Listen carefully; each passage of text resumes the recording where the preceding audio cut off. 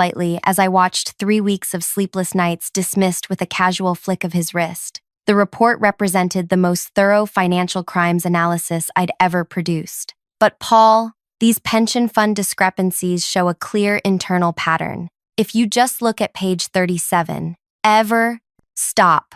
Paul held up his hand. We're pursuing the external breach angle. That's what everyone expects. That's what makes sense. He leaned back in his chair, eyes narrowing. You're still new to how things work here. Sometimes being too thorough just muddies the water. His words hit like a physical weight on my chest. I'd traced millions in missing city worker pension funds to a series of perfectly timed administrative approvals that coincidentally benefited people in our own department. This report makes it look like we're accusing our colleagues, Paul continued, his voice dropping to a conspiratorial whisper. Do you understand how that would play out? How it would reflect on this department? On me? I swallowed hard. But what if... That's enough, Vera. He slid my report into his drawer rather than the trash bin. Somehow worse, knowing it would be buried rather than discarded outright. Stick to the assigned angle. Rewrite this focusing only on the external server vulnerabilities. 20 pages max. Use bullet points.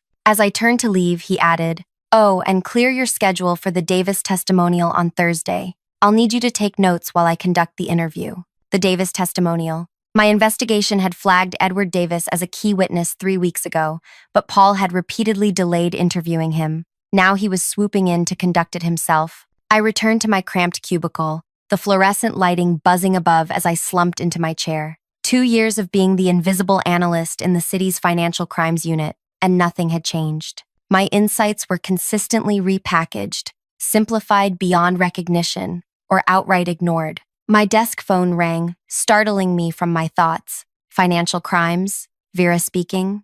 Ms. Kelman, this is Chief Amara's office. The crisp, efficient voice belonged to the department chief's assistant. The chief requests your presence immediately in conference room A. My presence? Are you sure? Yes. Bring all materials related to the pension fund investigation. The chief specifically asked for you by name. The line went dead before I could ask any further questions. My heart hammered against my ribs as I gathered my files, including a backup copy of my complete report. Walking into conference room A, I immediately sensed the tension. The entire Financial Oversight Committee sat around the table, expressions grim. Paul stood awkwardly in the corner, his usual confident posture replaced by something stiffer, uncertain. Chief Amara, a commanding woman who'd risen through the ranks despite the department's notorious boys' club atmosphere, nodded at me. Miss Kelman, please sit. As I took my seat, she slid a folder across the table, pages from my original report. Someone anonymously delivered key sections of your analysis directly to the mayor's office this morning, she explained, her voice even.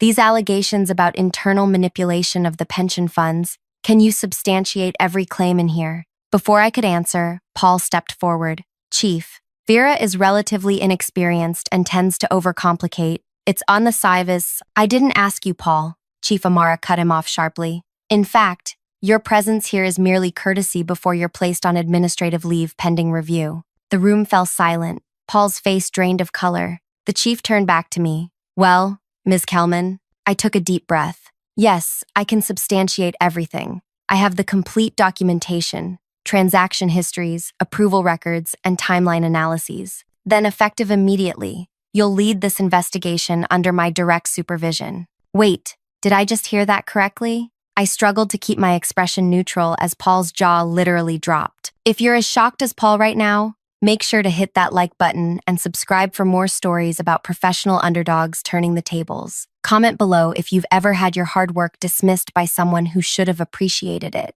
My name is Vera Kelman, and until that moment in conference room A, I'd been the anonymous number cruncher who received neither credit nor acknowledgement. At 32, I'd spent my career being told I was too meticulous, unnecessarily detailed, and, my personal favorite, lacking big-picture perspective. The truth? I see patterns where others see random data. My mind naturally connects dots across seemingly unrelated transactions. It's not a skill I developed, it's how my brain has always worked. My parents recognized it early. As a child, I'd reorganize my books by subtle color gradients rather than alphabetically. I'd create elaborate systems for my toys based on characteristics nobody else considered important. My father, a high school mathematics teacher, nurtured this tendency. My mother, who worked in banking, showed me how to apply it to financial systems. I joined the city's financial crimes unit with idealistic visions of using my natural abilities to protect people from sophisticated schemes. Instead,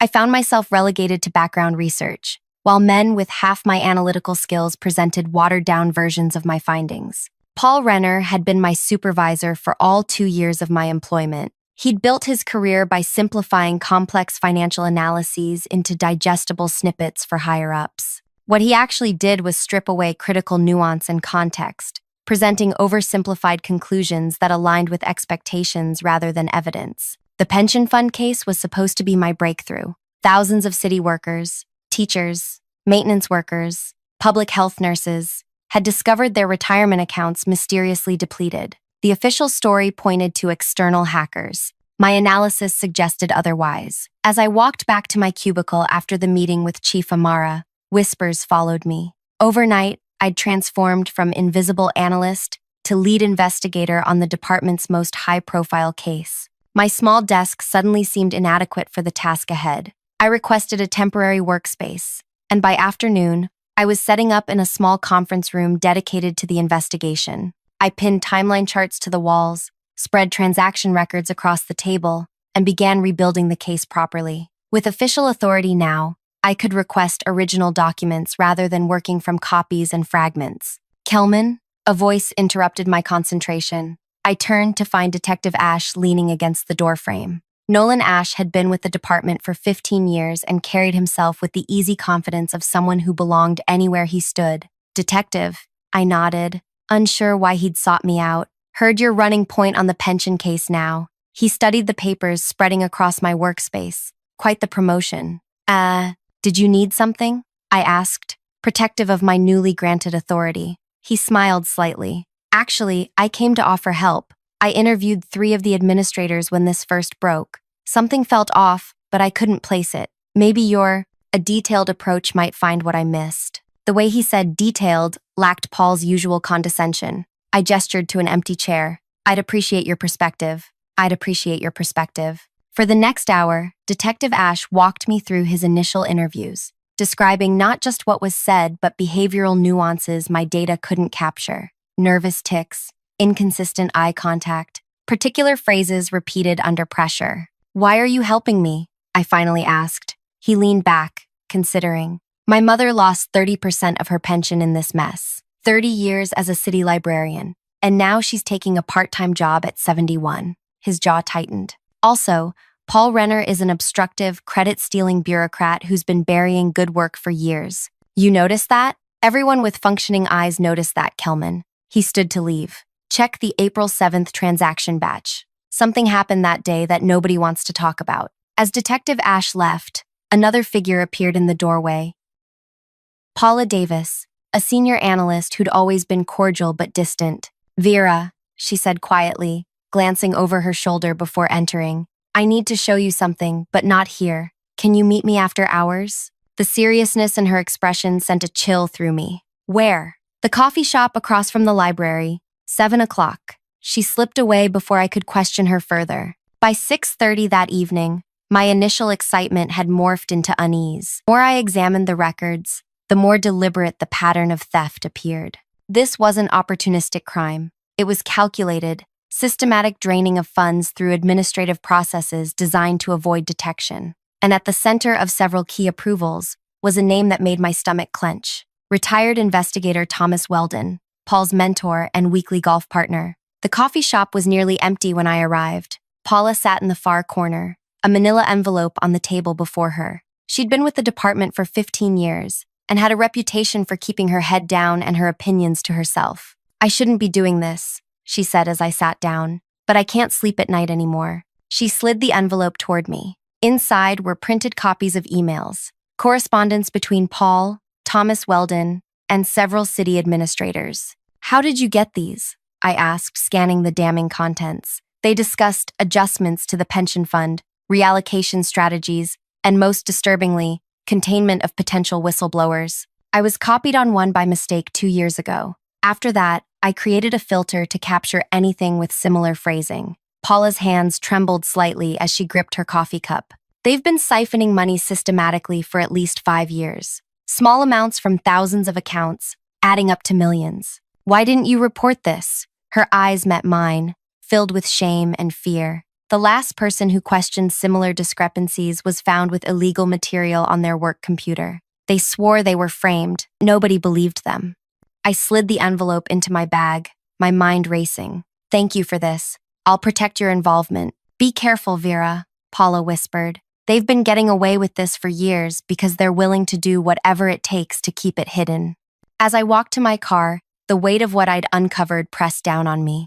This wasn't just about missing money anymore. It was about corruption at the core of the very department tasked with preventing financial crimes. My apartment became an extension of my workspace. Each night, I pieced together fragments, connecting Paula's emails with transaction records and approval documents. I created a comprehensive timeline showing how the pension funds had been systematically drained through seemingly legitimate administrative processes. Every morning, I arrived at work expecting to be stopped, to find my access revoked or my investigation reassigned. But Chief Amara proved to be a powerful shield. When records I requested were mysteriously delayed, she personally intervened. When witnesses suddenly became unavailable, she made them available again. 1 week into my investigation, I received my first direct threat. It was a blank envelope slipped under my apartment door. Inside, a single photograph of me entering Paula's building the previous night, clearly taken from a parked car. Scrawled across the back, team players keep their benefits. The implied threat sent ice through my veins. How had they known about the meeting? Who was watching me? I considered calling Chief Amara, but hesitated. What if her phone was monitored? What if she wasn't truly the ally I believed her to be? I tucked the photograph into my evidence file and doubled my vigilance. That morning, I altered my routine, taking an indirect route to work and watching for vehicles that might be following me. The investigation room felt different when I arrived, subtly disturbed, though nothing was obviously missing. My instinct said someone had been through my materials. I began keeping critical documents with me at all times and creating decoy files with slightly altered information. Detective Ash appeared in my doorway around noon. "You look like someone who found something they wish they hadn't," he observed. I considered my options, then showed him the photograph. His expression hardened. "This crosses a line. I'm putting a patrol car near your place tonight." "That might make it worse," I argued. "I need to appear unfazed." "Then at least take this." He handed me a small recording device disguised as a keychain. "Keep it with you. Record everything."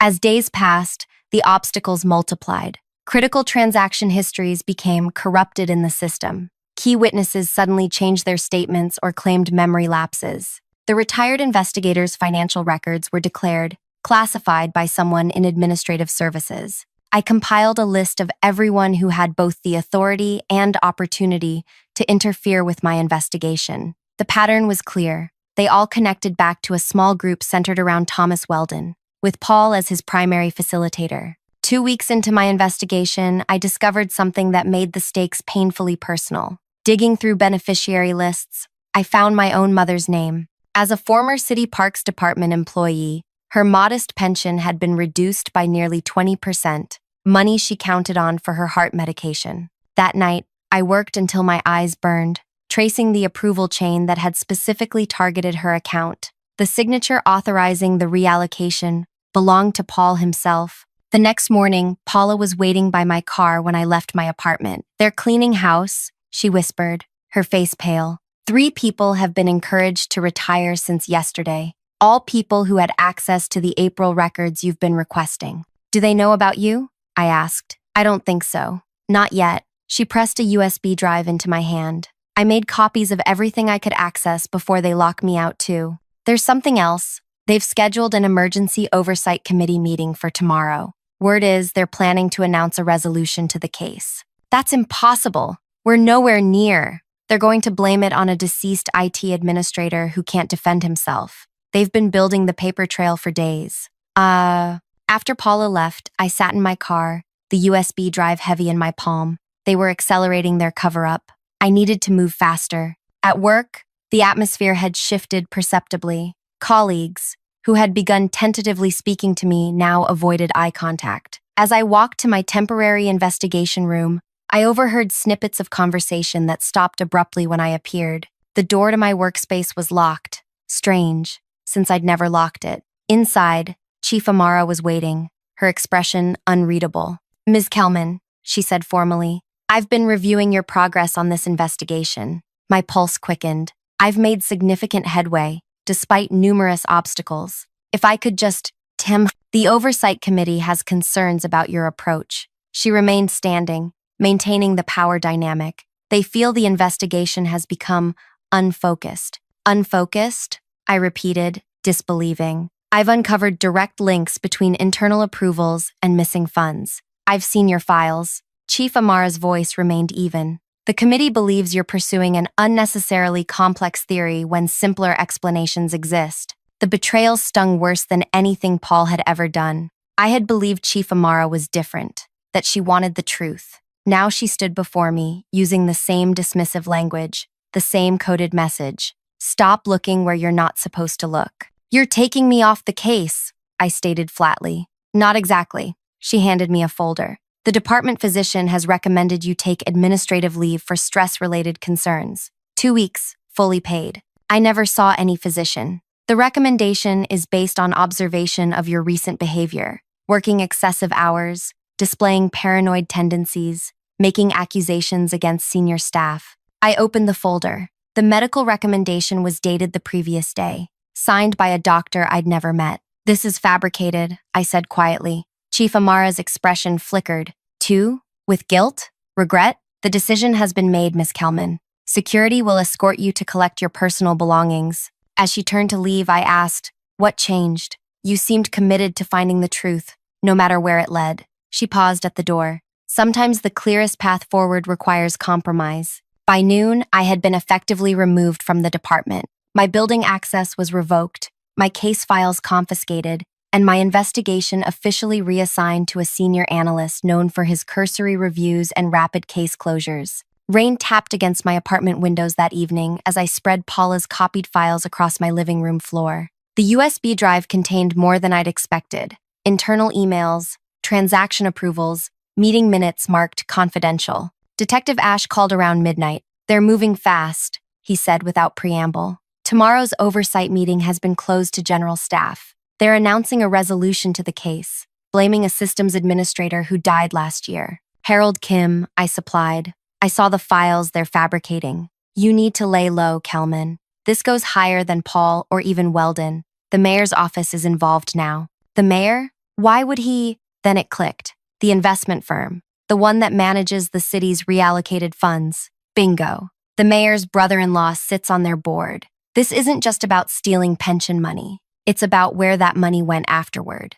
After we hung up, I stared at the scattered evidence surrounding me. They had taken my official authority, my access, and my platform. By tomorrow, they would announce their fabricated resolution, and the case would be officially closed. I had been naive to think that simply being right would be enough. Around 3 a.m., as rain continued to drum against my windows, I made a decision. They had taken everything from me except my analytical mind, the very thing they had always dismissed as too thorough and too detailed. I would use it against them. For the next 2 days, I barely slept. I transformed my living room into an analysis center, connecting dots across thousands of transactions. I created a simplified presentation, just 5 slides. No jargon, no complex traces, just crystal clear connections between the missing millions and specific decisions approved by Paul, Weldon, and their associates. The beauty of it was that I included only irrefutable public information anyone could verify.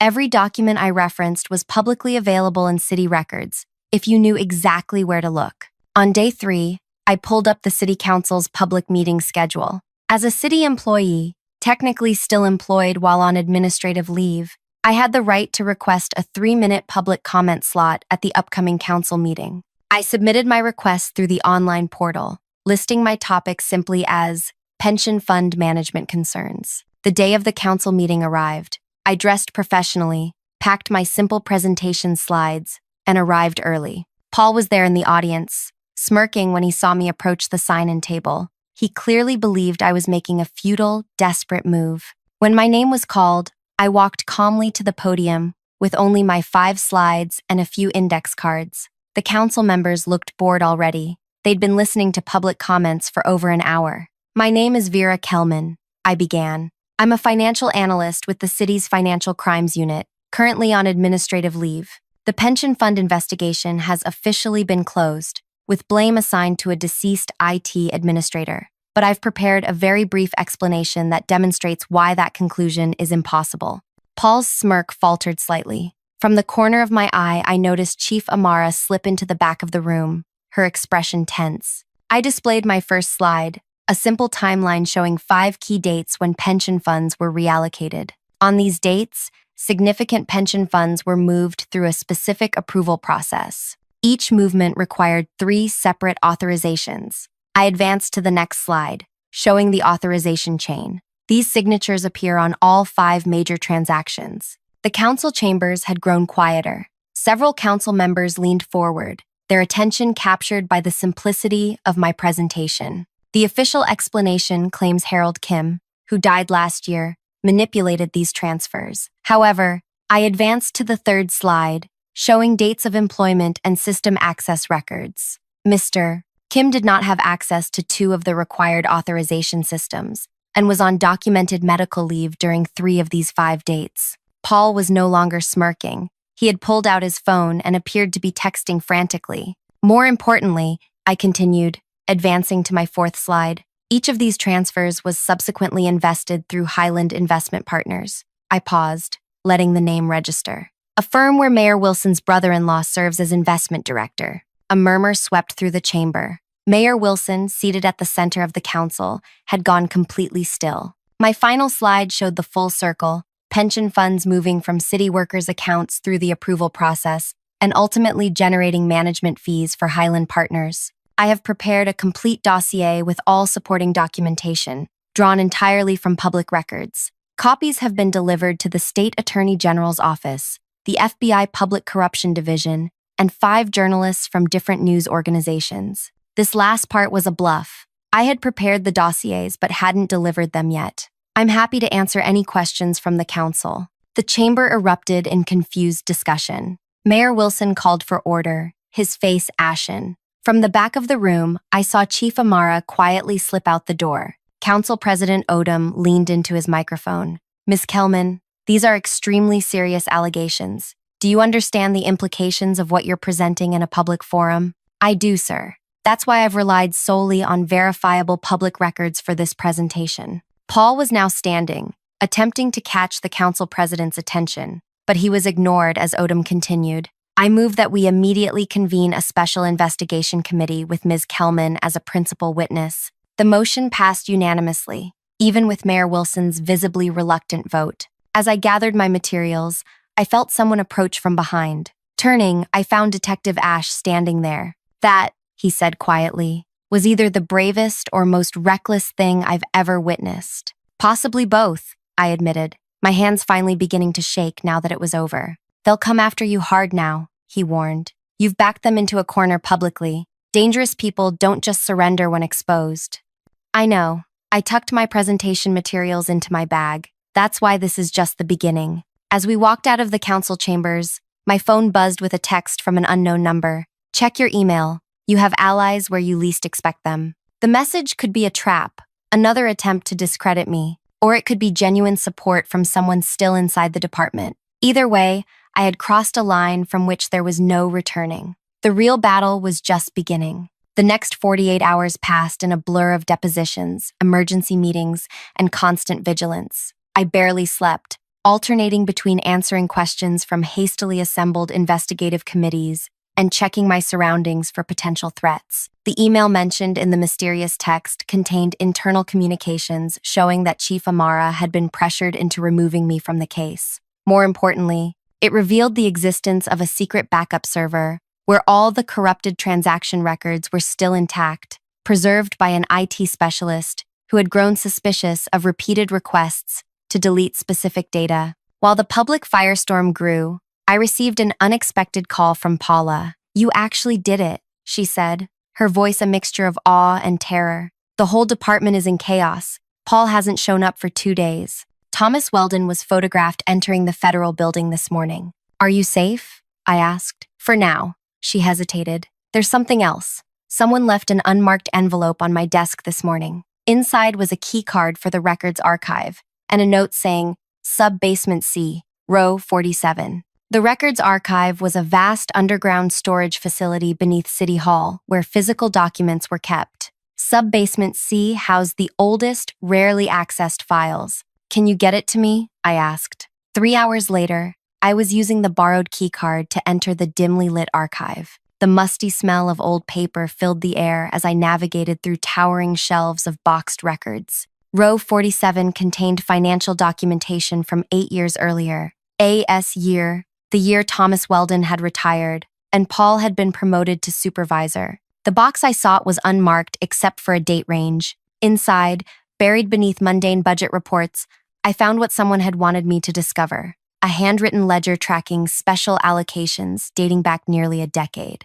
Names, dates, amounts, all meticulously recorded in what I recognized as Thomas Weldon's distinctive handwriting. This wasn't just about pension funds. The scheme had begun with smaller, targeted thefts from various city accounts, gradually expanding as they gained confidence. My mother's pension reduction hadn't been random. Her name appeared alongside dozens of others with a notation. Previous department whistleblowers, troublemakers. They had been systematically punishing anyone who had ever questioned authority or reported improprieties, while rewarding those who looked the other way. I photographed every page before carefully returning the ledger. As I exited the archive, my phone buzzed with a news alert. Mayor Wilson announces temporary leave of absence amid financial investigation. Things were moving faster than I'd anticipated. The exposed threads were unraveling quickly, with officials scrambling to distance themselves from the growing scandal. That evening, Detective Ash met me at a diner far from our usual locations. The state attorney general has officially taken over the investigation, he informed me, sliding into the booth. They've issued preservation orders for all financial records going back 10 years. That's good news, right? His expression remained grim. Yes and no. The wider this gets, the more desperate certain people become. Paul's been located at his cabin upstate. Apparently, he's cooperating, claiming he was just following orders. Typical, I muttered. Here's what you don't know, Ash continued, lowering his voice. Thomas Weldon hasn't just disappeared. He's actively trying to negotiate immunity in exchange for testimony against everyone else involved, including you. Me? I wasn't involved. He's claiming you knew about the scheme all along and only went public when you weren't given a larger cut. Ash's eyes met mine. It's absurd, but he's desperate and connected. If he can create enough doubt about your credibility. I pushed my untouched coffee aside, suddenly nauseous. He's trying to make me the scapegoat. Exactly. They need someone to take the fall, and the whistleblower makes a convenient target. They're painting you as a disgruntled employee seeking revenge. Which is partly true, I admitted. I was disgruntled. There's a difference between exposing corruption and committing it, Ash said firmly. But perception matters. They're working to shape the narrative before all the evidence comes to light. The next morning, I woke to find my face plastered across local news outlets. Questionable motives, key whistleblower's history under scrutiny, read one headline. Another stated, sources question analysts' sudden discovery of long-running scheme.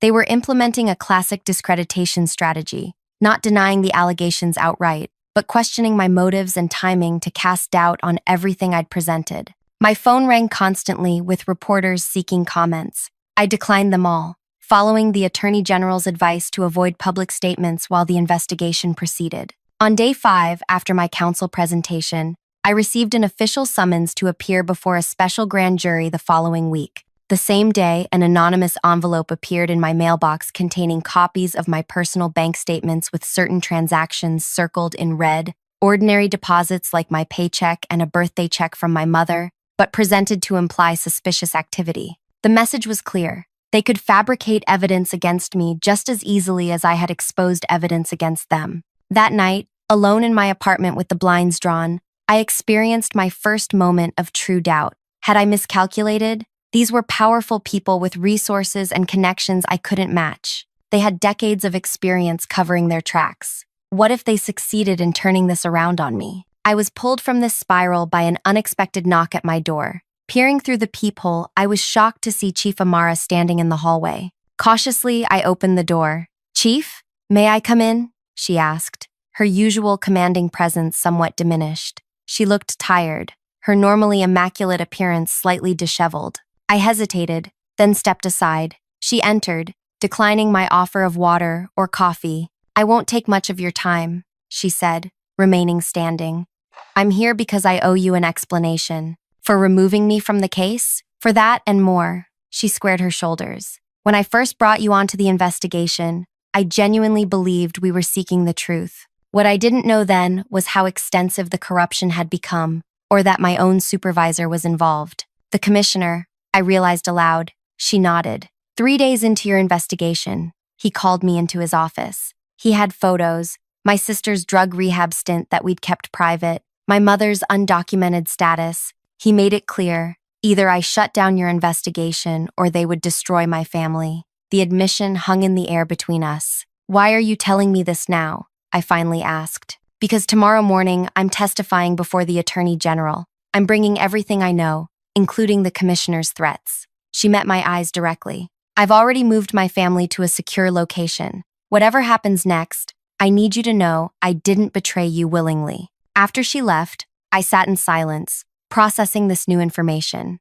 Chief Amara's testimony would add crucial credibility to my evidence. The commissioner's involvement explained how they had been able to manipulate investigations for so long without detection. The next week passed in a whirlwind of depositions, evidence submissions, and security precautions. The investigation had expanded beyond the Financial Crimes Unit to include the mayor's office, the pension board, and several private investment firms. Paul had turned state's evidence, confirming much of what I'd uncovered while attempting to minimize his own role. Thomas Weldon remained elusive, his whereabouts unknown after his initial contact with federal authorities. The grand jury was scheduled to begin hearing comprehensive testimony in 2 days. I had been preparing extensively with prosecutors, organizing my evidence and practicing my explanations of complex financial maneuvers in simple, accessible terms. The evening before my testimony, I received a text from Detective Ash. "Emergency. Meet at the second location. Now." We had established several meeting points for emergencies. The second location was a 24-hour laundromat with multiple exits. I found Ash waiting in his unmarked car across the street. He didn't speak until I was inside with the doors locked. "Thomas Weldon resurfaced," he said grimly. "He's scheduled to testify tomorrow, before you." "What's he planning to say?" My source couldn't get specifics, but Weldon spent 6 hours with his lawyers today. The rumor is he's prepared a comprehensive alternative narrative that acknowledges the scheme but redirects blame. My stomach tightened. Toward me and others. Apparently, he's bringing documentation showing that several rogue employees orchestrated everything without his knowledge. That's absurd. His handwriting is all over the ledger I found, which hasn't been officially entered into evidence yet, Ash reminded me. You photographed it but left the original in place. If someone removed it since then, the realization hit me like a physical blow.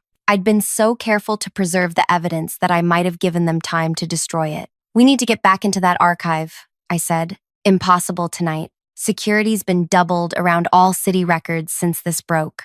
I pressed my fingers to my temples, thinking rapidly. There has to be something we're missing. Weldon wouldn't resurface unless he believed he had a way out. Or unless he's desperate, Ash suggested. His accounts have been frozen. His reputation is destroyed.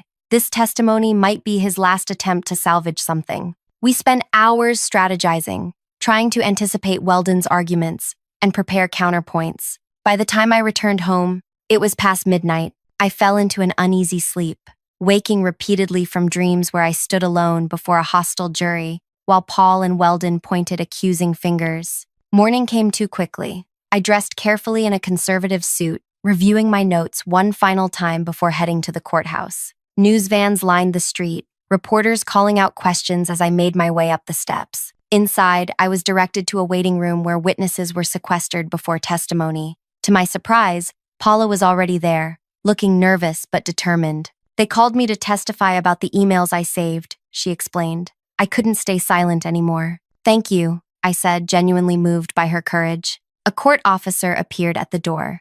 "Mr. Weldon will testify first, followed by Ms. Kelman. As Weldon passed me on his way into the grand jury room, he paused momentarily. His once commanding presence had diminished. He looked older, haunted, but his eyes held a disturbing confidence as they met mine. "Nothing personal," he murmured before continuing through the door. For the next 3 hours, I waited, imagining what lies he might be spinning. When the door finally reopened, Weldon emerged, looking satisfied. He didn't glance in my direction as he was escorted out another exit. "Ms. Kelman," the court officer called. "They're ready for you." The grand jury room was imposing, 23 citizens seated in tiered rows, the prosecutors at a table to the side. I took my place at the witness stand, was sworn in, and waited for the questioning to begin. The lead prosecutor, a sharp-eyed woman named Jessie Winters, approached. "Ms. Kelman, thank you for appearing today. Before we begin your planned testimony, I'd like to address some statements made by the previous witness." My heart raced. Here it came, Weldon's accusations, the alternative narrative, the attempt to make me the scapegoat. "Mr. Weldon has testified that you approached him approximately 2 years ago with concerns about pension fund discrepancies. Is this correct?" I blinked, confused by the question. "No, I never spoke directly with Mr. Weldon about any concerns." He further stated that you were systematically blocked from pursuing these concerns by your supervisor, Paul Renner, that your reports were consistently buried or altered. Is this accurate? "Yes, that part is true, but, Mr. Weldon claims that he retired because he was being pressured to participate in the scheme and refused. He states that he kept detailed records of all suspicious transactions and approvals as insurance, which he provided to you recently through an anonymous drop. Is any of this accurate?" Suddenly, I understood. Weldon hadn't accused me. He'd created a narrative where he was a fellow whistleblower, a behind-the-scenes ally who had been secretly documenting the corruption all along. It was breathtakingly audacious and completely false. "No," I stated firmly. "That is not what happened. Mr. Weldon was a principal architect of this scheme, not an opponent of it. The ledger I discovered was in his handwriting, documenting how funds were diverted, not exposing it." For the next 4 hours, I methodically dismantled Weldon's alternative narrative, presenting my evidence in the clear, detailed manner that had always been my strength. I explained complex financial mechanisms in accessible terms, connecting each piece of evidence to specific actions by specific individuals. When I finally emerged from the grand jury room, exhausted but relieved, Detective Ash was waiting. "How bad was it?" he asked. "Weldon tried to recast himself as a secret whistleblower," I explained. "Claimed he'd been documenting everything to expose it someday." Ash let out a low whistle. "Bold strategy. It might have worked if I hadn't been so." I paused, the irony suddenly striking me. So detailed in my analysis. My evidence timeline makes his story impossible. 6 weeks later, the grand jury returned indictments against 15 individuals, including Paul Renner, Thomas Weldon, former Mayor Wilson, and the pension board chairman. The charges ranged from fraud and embezzlement to obstruction of justice and witness tampering. Chief Amara, cleared of wrongdoing after her testimony about being coerced, implemented a department-wide reform of financial crimes investigations. Her first act was to create a new special analysis unit with complete investigative independence. "I'd like you to head it," she told me in her newly redecorated office. The previous commissioner's dark wood and leather replaced with modern, transparent glass. "Your approach, your thoroughness, is exactly what this department needs." I considered her offer. I'd want complete autonomy to pursue investigations wherever they lead. No simplified versions, no politically expedient conclusions. "That's precisely why I'm asking you," she replied. "Corruption thrives when we settle for simplified narratives. Your refusal to do so broke this case open." On my first day leading the new unit, I arrived early to set up my office. Through the glass walls, I watched as workers updated the department signage, adding Special Analysis Unit to the directory. My desk phone rang, my first official call in the new position. "Special Analysis Unit, Vera Kelman speaking." "Ms. Kelman," the voice belonged to the State Attorney General. "I wanted to personally inform you that Thomas Weldon's immunity request has been formally denied. His trial date is set for March. Thank you for letting me know. There's more. During preparation for trial, we discovered something you'll find interesting. Those pension reductions targeting troublemakers. The list was created before you joined the department, but your name was added to it 6 months ago. after your first detailed report questioning an internal approval process. After we hung up, I sat back in my chair, absorbing this information. They had targeted my mother to punish me for being too thorough, for seeing patterns they wanted to remain hidden. Later that afternoon, I walked past the holding cells where Paul waited for transport to the county jail. His eyes found mine through the bars. The arrogance that had defined him was gone, replaced by something hollow. "I never thought you'd actually pursue it this far," he said quietly. "It was supposed to be a simple operation. Skim a little from thousands of accounts. Spread the loss so widely nobody would notice or care enough to fight." "That was your mistake," I replied, "assuming that details don't matter, that people don't matter. For what it's worth, adding your mother to the list wasn't my idea. Weldon insisted, said we needed to teach you to simplify, to stop looking so closely." I considered this final irony, that their attempt to punish me for being too detailed had ultimately led to their exposure, that the very quality they had dismissed and denigrated had become their undoing. "Goodbye, Paul," I said, turning away. As I walked back to my office, Detective Ash fell into step beside me. "How does it feel?" he asked. "Finally seeing justice in motion?" I thought about the question. The satisfaction was real, but different than I'd imagined. It wasn't about Paul's humiliation or Weldon's failed attempt to escape consequences. It wasn't even about my promotion or vindication. "It feels like restoration," I finally answered. "Not just for me, but for everyone they hurt. Every pension they reduced, every career they stunted, every truth they buried." 6 months later, I stood in the courtroom as the verdicts were read. Guilty on all counts for Thomas Weldon. Guilty on most counts for Paul and the others. Mandatory minimum sentences, ensuring they would spend years, not months, behind bars. The pension funds were being restored through seized assets and civil penalties. My mother had received a letter apologizing for the accounting error in her retirement benefits, along with full restitution plus interest. As I left the courthouse, a young analyst from the department approached me tentatively. "Ms. Kelman, I just wanted to say, your case changed everything for people like me.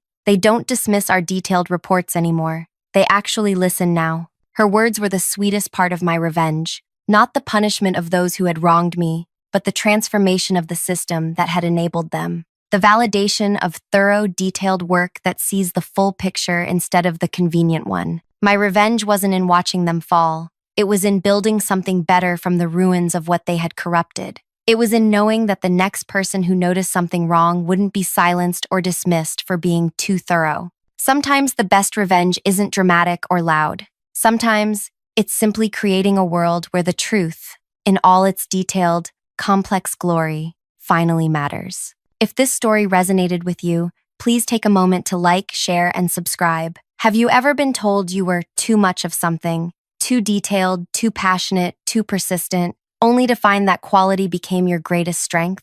Share your experience in the comments below. Remember, what others dismiss as your weakness might actually be your superpower.